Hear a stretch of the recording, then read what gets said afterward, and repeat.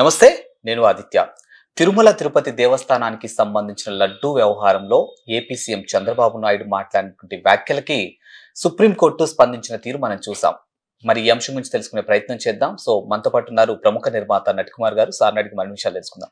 Sir నమస్కారం. Sir, supreme court laddu వ్యవహారంలో స్పందించిన తీరు కానీ, చంద్రబాబు నాయుడు మాట్లాడినటువంటి మాటలకి వాళ్ళు చేసినటువంటి వ్యాఖ్యల్ని మనం ఏ విధంగా చూడొచ్చు? సార్, అత్యున్నత న్యాయస్థానం ఏం మాట్లాడినా ఆ మీద కామెంట్ చేయడానికి మనకు రైట్ లేదు, నెంబర్ 1.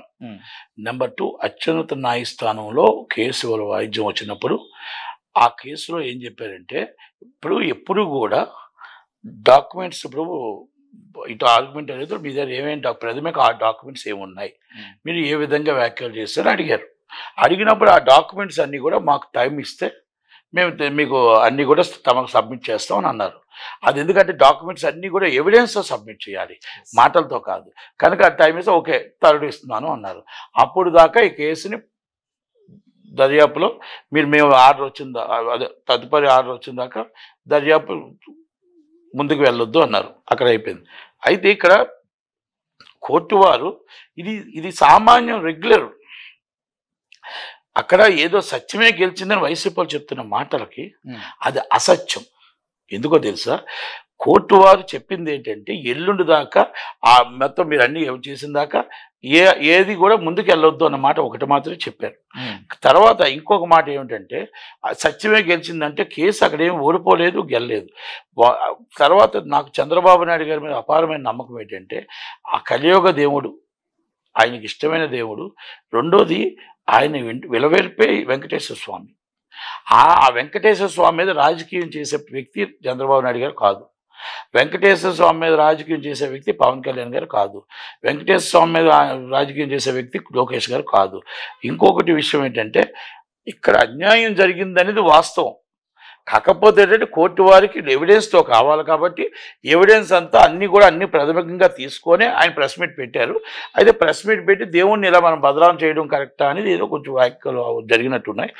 అది కూడా ఏంటంటే, ఇవన్నీ కూడా ఆదిలో ఉన్నాయి కాబట్టి ఇప్పుడు మన కోర్టులో ఉన్న డిస్కషన్ మనం చేయకూడదు. కానీ నేను ఒక్కటి మాత్రం చెప్పగలుగుతాను, ఈవెన్ ఈ డాక్యుమెంట్ ఇస్ సబ్మిటెడ్, కోర్టుకి సబ్మిట్ చేస్తారని గవర్నమెంట్ నాకు పూర్తి నమ్మకం నాకుంది. ఒకటి. రెండో విషయం ఏంటుందంటే, వైసీపీ వాళ్ళు సత్యమే గెలిచింది అని చెప్తున్నారు. వాళ్ళు గెలిచింది అనడానికి వాళ్ళు చేసిన పాపాల పుట్ట ఎక్కడ ఎన్ని పాపాల పుట్ట ఉన్నాయి అవి. వాళ్ళు ఇక అది కాదు, మామూలుగా ఇది సామాన్యులు దర్శనం దగ్గర టోకెన్ అమ్ముకున్నారు, 300 రూపాయల టికెట్లు అమ్ముకున్నారు, విఐపి దర్శనం అమ్ముకున్నారు, కళ్యాణం టికెట్లు అమ్ముకున్నారు. ఇవన్నిటి మీద ధర్మారెడ్డి గారి మీద, ఆల్రెడీ విజయ్ కుమార్ రెడ్డి గారి మీద, బొమ్మన కరుణాకర్ రెడ్డి గారి మీద, మనం జగన్మోహన్ రెడ్డి గారి మీద, వైవి సుబ్బారెడ్డి మీద ఎంక్వైరీ అయ్యాలి. ఇప్పటికీ ఎంక్వైరీ రిపోర్ట్ ఇవ్వకపోవడం ఇస్ రాంగ్. వీటి మీద అయ్యాలి ముందు. లడ్డు మీద జరిగింది కల్తీ అనేది సపరేట్, ఈ అన్నిటి మీద స్కామ్ జరిగింది అనేది సపరేట్. అన్నదానంలో కల్తీ జరిగింది అనేది వాస్తవం. అన్నం మనకు దైవ దర్శనం రోజు ఉచిత అన్నం కూడా అక్కడ కూడా తినటానికి కూడా కష్టపడ్డాం. ఎందుకంటే మేము వెళ్ళాం, ఎన్నోసార్లు మేము వెళ్ళి వచ్చిన తర్వాత చాలా చాలా చాలా ఇబ్బందికరంగా ఉన్నది. దేవుడు దర్శనానికి వెళ్ళేటప్పుడు మనం దేవుడి దగ్గర ఏది ఉంటుంది అది మనం అమృతం కింద తీసుకుంటాం. ఏది జరిగినా ఏది ఉన్నా దేవుడు ఇచ్చింది అమృతం, విషమైన అమృతం కింద తీసుకుంటాం. ఎందుకంటే అది దేవుడు మహాప్రసాదం అనుకుంటాం. కనుక దేవుణ్ణి మనం ఎవరో కించపరచడం కానీ ఎవరు అత్యంత న్యాయస్థానం మీద మనం ఎప్పుడూ మాట్లాడకూడదు, ఏ రోజు కూడా మాట్లాడకూడదు. ఎందుకంటే అత్యున్నత న్యాయస్థానం ఇది మనకు ప్రధానమైన ప్రభావం. మన దేశానికే అత్యున్నత న్యాయస్థానం. ఏ తీర్పు ఇస్తే ఆ తీర్పు శిరస వహించవలసింది ఎవరైనా సరే. మీరు చెప్తున్నట్టు అత్యున్నత న్యాయస్థానం ఓకే, ఫైన్, బాగుంది. ఇప్పుడు ఒక ఏపీ సీఎం గా ఉన్నటువంటి చంద్రబాబు నాయుడు సీఎం హోదాలో ఉన్నప్పుడు ఖచ్చితంగా ఆచితూచి మాట్లాడాలని చాలా మంది వ్యాఖ్యలు చేస్తున్నారు. సో ఖచ్చితంగా తిరుమల తిరుపతి లడ్డూలో కల్తీ జరిగిందంటూ వాళ్ళు వ్యాఖ్యలు చేయడం జరిగింది ఒక సీఎం హోదాలో ఉండి. ఎట్ ద సేమ్ టైం ఇప్పుడు మీరు ఏదైతే అత్యున్నత న్యాయస్థానం అంటున్నారో, ఇదే వైఎస్ఆర్సీపీకి సంబంధించిన వాళ్ళు లడ్డూలో కల్తీ జరగలేదు కాబట్టి అత్యున్నత న్యాయస్థానానికి మేము వెళ్ళడానికైనా రెడీ అన్నట్టుగా వాళ్ళు అక్కడి వరకు వెళ్ళడం జరిగింది. అంటే ఏ ధైర్యంతో వెళ్ళి ఉండొచ్చు వాళ్ళు? ధైర్యం ఏమి ఉండదండి. ఇక్కడ కోర్టు వారు ఏంటంటే కొంచెం కోర్టు వారికి చెప్పాలి. అందుకే నిజ నిజాలు చెప్పడానికి టైం తీసుకొని ఇప్పుడు అన్ని కూడా మొత్తం ఎవిడెన్స్ అంతా కూడా ఈజ్ సబ్మిటెడ్ ఇస్ కోర్టు. అంటే ఇక్కడ ఒకటండి, న్యాయమే గెలుస్తుంది, సత్యమే గెలుస్తుంది. లాస్ట్లో దేవుడికి తప్పు చేసేవారు వెంకటేశ్వర శిక్ష తప్పదు. వడ్డీతో సహా వడ్డీ కాసుల వాడు వడ్డిస్తాడు. అది ఎవరు తప్పు చేసినా మేబీ నేనేమంటున్నానంటే ఆ విషయంలోని లడ్డు విషయంలో కల్తీ జరిగిందనేది, అది కల్తీ ఎలా జరిగింది, ఏం జరిగింది అనేది కోర్టు వారి దృష్టిలో ఉంది కాబట్టి మనం 100% అన్యాయం జరిగిందనేది మనం అక్కడ దేవుడి దగ్గర స్కామ్ జరిగిందనేది మాత్రం చెప్పగలుగుతాం. ఇంకొక మాట చెప్తున్నా, అడవి మొత్తం కొట్టేసి గంధపు చెక్కను స్మగ్లింగ్ చేసింది మీరు కాదా? వన్యప్రాణుల్ని మొత్తం టోటల్గా నటక దారిలో మీరు వాళ్ళకి అక్కడ నీళ్లు తాగడానికి నీడ లేక ఆ వన్యప్రాణులన్నీ కూడా మనకు టోటల్గా నటకదారిలోకి వచ్చి ప్రజల్ని ఇబ్బంది పెడుతూ ఉంటే మళ్ళీ అదే ఒక స్కామ్ కింద కర్ర 300 రూపాయలు ఇచ్చి మళ్ళీ పైనుంచి కిందకి కర్ర తీస్తే 300 రిటర్న్ ఇస్తామని అదొక స్కామ్ కాదా? పైకి తీసుకెళ్ళగలరు కర్ర, కిందకి ఎవరైనా తీసుకెళ్ళగలుగుతారా? నాకు చెప్పండి ఒక మాట. అంటే తెస్తే 300, తేకపోతే స్కామ్. మళ్ళా జగన్మోహన్ రెడ్డి గారి గుండీలోకి వెళ్ళిపోయి ఇలాగ ఇవన్నీ కూడా మీరు డబ్బు చేసుకోలేదా, క్యాష్ చేసుకోలేదా? నిజంగా వెంకటేశ్వర స్వామి మీద మీరు భక్తులైతే చెప్పండి. నేను ఎందుకు అంటున్నానంటే ఇవన్నీ కూడా అచ్యుత ఇస్తాను ఏ నిర్ణయం తీసుకుంటారు. అయితే సీఎం గారు హోదాలో ఆయన రైట్, ఇది ప్రజలకు చెప్పాలి. ప్రజలకు చెప్పకపోతే ఆయన తప్పు చేసిన వాళ్ళు అవుతారు. కాబట్టి అందుకనే ప్రజలకు ప్రాథమిక సమాచారం ద్వారా మొత్తం ఏదైతే ఉందో ఎక్కడెక్కడ సెకండ్ ఒపీనియన్ కూడా తీసుకున్నారు. నాకు తెలిసిన సమాచారం ప్రకారం ఫస్ట్ ఒపీనియన్, సెకండ్ ఒపీనియన్ తీసుకొని ప్రెస్ మీట్ పెట్టారు. అవన్నీ కూడా ఈరోజు మొత్తం టోటల్గా ఇవాళకి వాదన జరుగుతున్నప్పుడు ఇప్పుడు వేడివేడిగా ఈరోజు ఇప్పుడే డాక్యుమెంట్ సబ్మిట్ చేసి ఉండదండి. ఎందుకంటే వాటికంటే లాకి ఒక రూల్ ఉంది.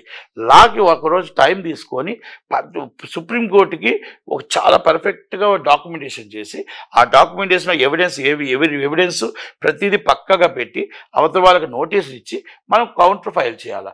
అది ఎల్లుండి దాకా టైం తీసుకున్నారు. కనుక ఇక్కడ ఎక్కడ కోర్టు వారు ఏది కూడా తప్పు జరిగిందా జరగలేదని చెప్పలేదండి. ఇక్కడ తప్పు జరిగిందా జరగలేదని చెప్పలేదు. మీరు దేవుణ్ణి ఎందుకు ఈ రాజకీయాల్లోకి లాగుతున్నారు అని చెప్పారు. Is a right. దేవుణ్ణి రాజకీయాల్లో లాగారు. ప్రపంచంలోనే అత్యున్నత దేవుడు వెంకటేశ్వర స్వామి. కనుక అది బాధ్యతగా ఆయన విలవేలుపు దేవుడిగా నా దేవుడికి అన్యాయం జరిగింది అని చెప్పి ఆయన మొత్తం టోటల్గా ప్రాథమిక సమాచారంతో ఎవిడెన్స్తోనే చెప్పాడు. ఇది చంద్రబాబు నాయుడు గారు నాకు పూర్తి నమ్మకం ఉంది. కోర్టు వారి మీద కూడా నాకు పూర్తి నమ్మకం ఉంది. న్యాయమే గెలుస్తుంది, సత్యమే గెలుస్తుంది.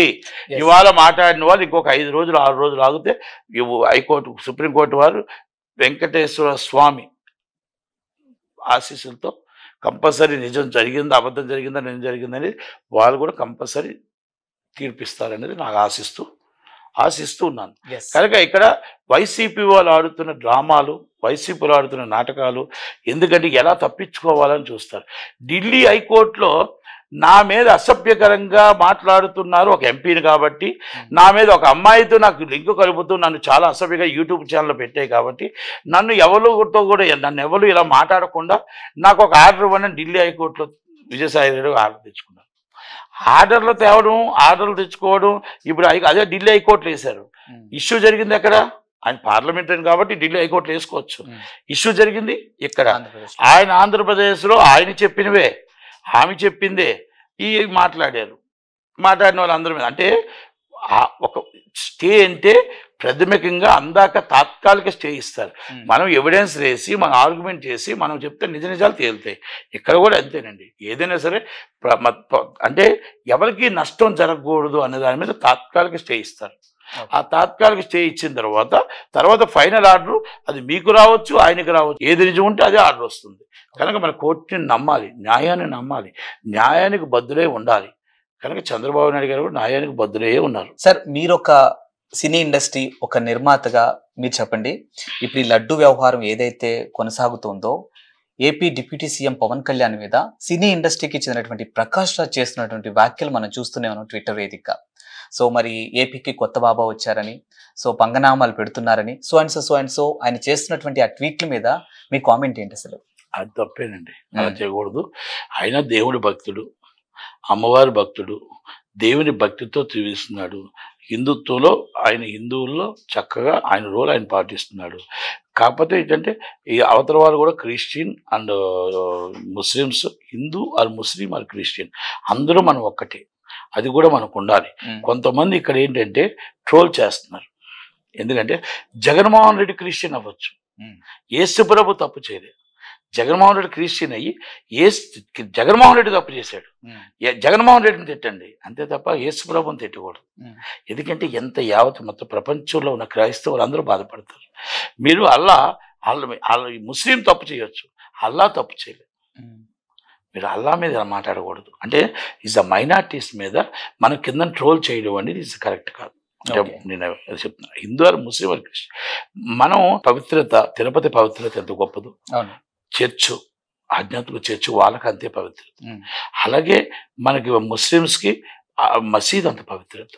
కనుక వాళ్ళని ఎప్పుడు కూడా మనం ఎప్పుడు కూడా ఈ రోజు మనం ఎవరితో మాట్లాడకూడదు, అన్నదమ్ములుగా మనం ఉండాలి. ఇది సెక్యులర్ రాజ్యం. మనం దయచేసి ఈ విషయంలో. రెండోది, మన పవన్ కళ్యాణ్ గారిని మాట్లాడడం అనేది, ఇవాళ మాట్లాడిన మాటలు అనేది పూర్తిగా ప్రకాష్ రాజ్ తప్పు. ఆయన బ్యాలెన్స్ తప్పిపోయాడు. మొన్న మాట్లాడింది కరెక్ట్. మొన్న మాట్లాడింది ఆయన ఏం మాట్లాడాడంటే, ఏమండి పవన్ కళ్యాణ్ గారు, ఇది దేశం అంతా పాకకుండా, ఇది మత దేశాలు రెచ్చగొట్టకుండా, ఒక మతానికి కొట్టకుండా, తప్పు చేసిన వాళ్ళ మీద యాక్షన్ తీసుకొని వాళ్ళ మీద కేసు రిజిస్టర్ చేయించండి, ఇది దేశం మొత్తం టోటల్గా పాకకుండా చూడండి అన్నాడు. ఇది ఒక మంచి పద్ధతి, సలహా. ఆ సలహాలో ఏదో ఆయన తప్పు అనిపించింది, ఏదైంది. కానీ ఇవాళ మాట్లాడిన మాటలు ప్రకాష్ రాజ్ గారు తప్పు, చాలా తప్పు. ప్రకాష్ రాజ్ గారు మాట్లాడిన మాటలు, ఆయన పంగనామాలు పెట్టాడు, బాబా వచ్చాడంటే ఏంటది? మీరు ఎవరిని అవమానిస్తున్నారు? పవన్ కళ్యాణ్ అవమానిస్తున్నారా? దేవుణ్ణి అవమానిస్తున్నారా? మీరు ఎవరిని అవమానిస్తున్నారు? మీరు is very intelligent, very is good person, కానీ ఇలాంటి వ్యాఖ్యలు కరెక్ట్ కాదు, వ్యాఖ్యలు కరెక్ట్ కాదు, తప్పది. ఓకే. సో ఏపీలో కూటమి అధికారంలోకి రావడానికి ముందుగా ఎన్నికల ప్రచారంలో చేసినటువంటి సూపర్ 6 పథకాలు ఏవైతే ఉన్నాయో వాటిలో నుంచి డైవర్షన్ లో భాగంగా AP CM Chandrababu Naidu, deputy CM Pawan Kalyan మత రాజకీయాలు చేస్తున్నారంటూ వైఎస్ఆర్సీపీకి సంబంధించినటువంటి కొంతమంది నేతలు సోషల్ మీడియా వేదికగా ప్రశ్నిస్తూ ఉన్నారు. అసలు ఈ కామెంట్లు మనం ఏ విధంగా చూడొచ్చు? నేను ఒకటే మాట, వైసీపీ వాళ్ళ మాటలు మనం ప్రాథమికంగా పట్టించుకోవాల్సిన అవసరం లేదు. ప్రజల పక్షాన వాళ్ళ మీద నమ్మకం లేకే ప్రతిపక్షం ఇవ్వలేదు వాళ్ళకి. ప్రజల పక్షాన ప్రజలకి నమ్మకం లేకే ప్రతిపక్షం ఇవ్వలేదు. ఇప్పుడు సూపర్ 6ని వాళ్ళు ప్రతిదీ కూడా రేపు దసరాకు ఒకటి, రేపు 3 సిలిండర్లు ఇస్తానన్నారు. ఆల్రెడీ మహాలక్ష్మి పథకం రావాల్సి ఉంది. ఇవన్నీ కూడా మీరు ఖజానా మొత్తం దాచుకొని ఖాళీ చేసి వెళ్ళిపోతే అక్కడ కూడా ఇవ్వడానికి ఫండింగ్ కావాలి కదా. అది కూడా ఎక్కడ క్రియేట్ చేసుకుంటూ వస్తున్నారు కదా, ఇవన్నీ జరుగుతున్నాయి కదా. 100% ఏదైతే ఇచ్చారో హామీలన్నీ నెరవేరుస్తారండి. ఒకటి వైసీపీ వాళ్ళు చేస్తున్న నాటకాలు, వైసీపీ చేస్తున్న ఆటలు ఏంటంటే, వాళ్ళు తగిలిన తమాషా చూసి ఈ ఫేక్ సోషల్ మీడియాలో ప్రచారం చేస్తూ ఉన్నారు. చాలా మంది వైసీపీ నాయకులు ఇదే పని మీద పెట్టుకుని కూర్చున్నారు. జగన్మోహన్ రెడ్డి గారి డబ్బు ఉంది, బయటకు వస్తే మొత్తం డబ్బులన్నీ ఖర్చు పెట్టి జనాలు మొత్తం ఆయన బిక్కిరి చేసినట్టు 1000 మందికి సెక్యూరిటీ, అలా ఉండాలి. ఆయన సంతోషం. ఆయన అందరూ మధ్య నడుస్తూ ఉంటే నేనే చీఫ్ మినిస్టర్, ఇప్పటికీ నేనే చీఫ్ మినిస్టర్ అంటుంటాడంట. నిద్రలో లేచి చీఫ్ మినిస్టర్ ఆర్డర్ పాస్ చేస్తుంటాడంట. ముందు చంద్రబాబు నాయుడు వేసాను డీజీపీలో అని అంటాడంట. అంటే ఈయనే చీఫ్ మినిస్టర్ అనుకొని ఊహాగానాల్లో బతుకుతున్నాడు ఆయన. కనుక వైసీపీ వాళ్ళందరూ ఏమి చెప్పినా ఏమి చేసినా ఇది డైవర్షన్ పాలిటిక్స్ కాదు. ప్రజల కోసం, ప్రజల పక్షాన పుట్టిన పార్టీ, వచ్చిన పార్టీ.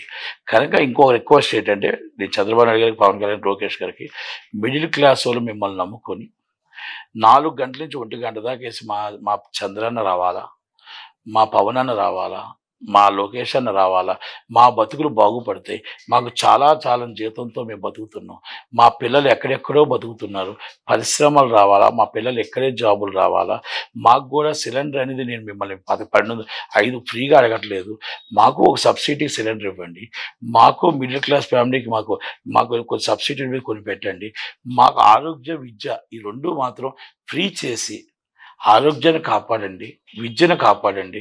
మీకు ఆ విధంగా మేము అడుగుతున్నాం. మాకున్న పిల్లల్ని మేము మా దగ్గర పెంచుకునే విధంగా, మన రాష్ట్రంలో ఉద్యోగాలు చేసుకునే విధంగా ఇమ్మని అడుగుతున్నామని చాలా అక్కలు, చాలా అమ్మలు, తల్లులు అందరూ రోధిస్తున్నారు. వాళ్ళందరినీ మనం కాపాడవలసిన బాధ్యత మన మీద ఉంది. కాబట్టి దయచేసి మళ్ళీ ఒక్కసారి రిపీట్ చేసి, ఆ మధ్యతరగతి కుటుంబీకులు పడుతున్న కష్టాలు బయటికి చెప్పుకోలేరు, లోన్ నుంచి బాధపడుతూ ఒకరోజు చాలా ఫుడ్ తింటూ బతుకుతున్నా ఆ మధ్యతరగతి కుటుంబీకులు కాపాడమని, నిలబెట్టమని నేను చేతులు జోడించి అడుగుతున్నా. ఎందుకంటే వాళ్ళందరి తరపున ఎవరో ఒకరు అడగాలి. కాబట్టి నేను పవన్ కళ్యాణ్ అందరికీ తెలుసు కనుక మళ్ళీ నేను రిక్వెస్ట్ చేస్తున్నాను. అంతే. ఈ అన్ని పథకాలు మళ్ళీ వస్తాయి. 3 సిలిండర్లు పేదలకు మీరు ఉచితంగా ఇస్తున్నారు. వాళ్ళు ఏమంటున్నారు, మిడిల్ క్లాస్ ఫ్యామిలీస్ మాకు 5 మీరు సబ్సిడీలు ఇవ్వండి. బియ్యం 100 రూపాయలు ఉంటున్నాయి, 100 రూపాయలు సబ్సిడీలో మా బియ్యం ఇవ్వండి, పప్పు సబ్సిడీలు ఇవ్వండి, ఆరోగ్యం విద్య అనేది మస్ట్ అండ్ షుడ్ మాకు ఇవ్వండి. మా పిల్లలు ఎక్కడో పరిశ్రమలు తీసుకొచ్చి మాకు ఇక్కడ మా పిల్లలు మా దగ్గర ఇంత అన్నం తినే విధంగా పెట్టండి. ఎక్కడో హైదరాబాదు, బెంగళూరు, చెన్నై ఉండిపోయి మా పిల్లలు ఇబ్బందులు పడుతున్నారు, కష్టాలు పడుతున్నారు కనుక చాలా జీతాలతో బాధపడుతున్నారు. దయచేసి మా పిల్లలు మేము చూసుకునే విధంగా దగ్గర ఉండేటట్టు చూడమని రిక్వెస్ట్ చేస్తున్నారు. వాళ్ళు రిక్వెస్ట్ చేస్తున్నారు. వాళ్ళ తరపు నుంచి నేను చంద్రబాబు గారిని, పవన్ కళ్యాణ్ గారిని, లోకేష్ గారిని రిక్వెస్ట్ చేస్తున్నాను. ఎస్, ఫైనల్ గా ఈ అంశంలో ఒకటి క్లారిటీ ఏంటంటే, ఇప్పుడు ఏదైతే సుప్రీంకోర్టుకి సంబంధించిన అంశాలు మనం చూస్తూనే ఉన్నాం. మరి ఇప్పుడు ఆల్రెడీ లడ్డు కల్తీ వ్యవహారంలో సిట్ అధికారులు ఒకవైపు నుంచి దర్యాప్తు చేస్తూనే ఉన్నారు. బట్ ఈ రోజు సిట్ అంటే రాష్ట్రానికి సంబంధించిన వాళ్ళు కాబట్టి వీళ్ళని మేము నమ్మే పరిస్థితిలో లేము అన్న విధంగా వైఎస్ఆర్సీపీ వాళ్ళు వ్యాఖ్యలు చేస్తూ ఉన్నారు. మరి ఓవరాల్ గా దీని గురించి మీరు ఏం చెప్తారు? అసలు సిబిఐ విచారణ చేసిన, సిట్ విచారణ చేసిన, ఏ విచారణ సుప్రీంకోర్టు సిట్టింగ్ జడ్జితో విచారణ చేసినా దేవుడికి మంచి జరగాలి. ఇక్కడ మన దేవుడికి వచ్చిన భక్తులకి వాళ్ళకి అన్యాయం జరగకుండా ఉండాలి. ఆ భక్తి, ఆ నమ్మకాన్ని ఒమ్ము కాకుండా హిందూ సనాతన ధర్మాన్ని ఎవరు ఇబ్బంది పెట్టినా శిక్ష పడాల్సిందే. అది ఎవరికైనా ముందు శిక్ష పడాల్సిందే. ఏ విచారణ కేసినా అందరూ స్వాగతిస్తారు, ప్రపంచం స్వాగతిస్తారు. ఎస్, తిరుమల తిరుపతి లడ్డు వ్యవహారానికి సంబంధించిన అంశం ఏదో ఉందో దీని మీద ఇంకా పూర్తి క్లారిటీ రావాలి అని అంటే నట్ కుమార్ గారు చెప్పినట్టు ఇంకొక 4-5 రోజులు ఖచ్చితంగా వేచి చూడాల్సిందే. సో మరి సుప్రీంకోర్టుకి ఇటు ఏపీ సీఎం చంద్రబాబు నాయుడు దానికి సంబంధించిన ఆధారాలు సమర్పిస్తారా లేదా, ఇవన్నీ మనకి ఫుల్ క్లారిటీ రావాలంటే ఇంకొక 4 రోజులు వేచి చూడాల్సిందే.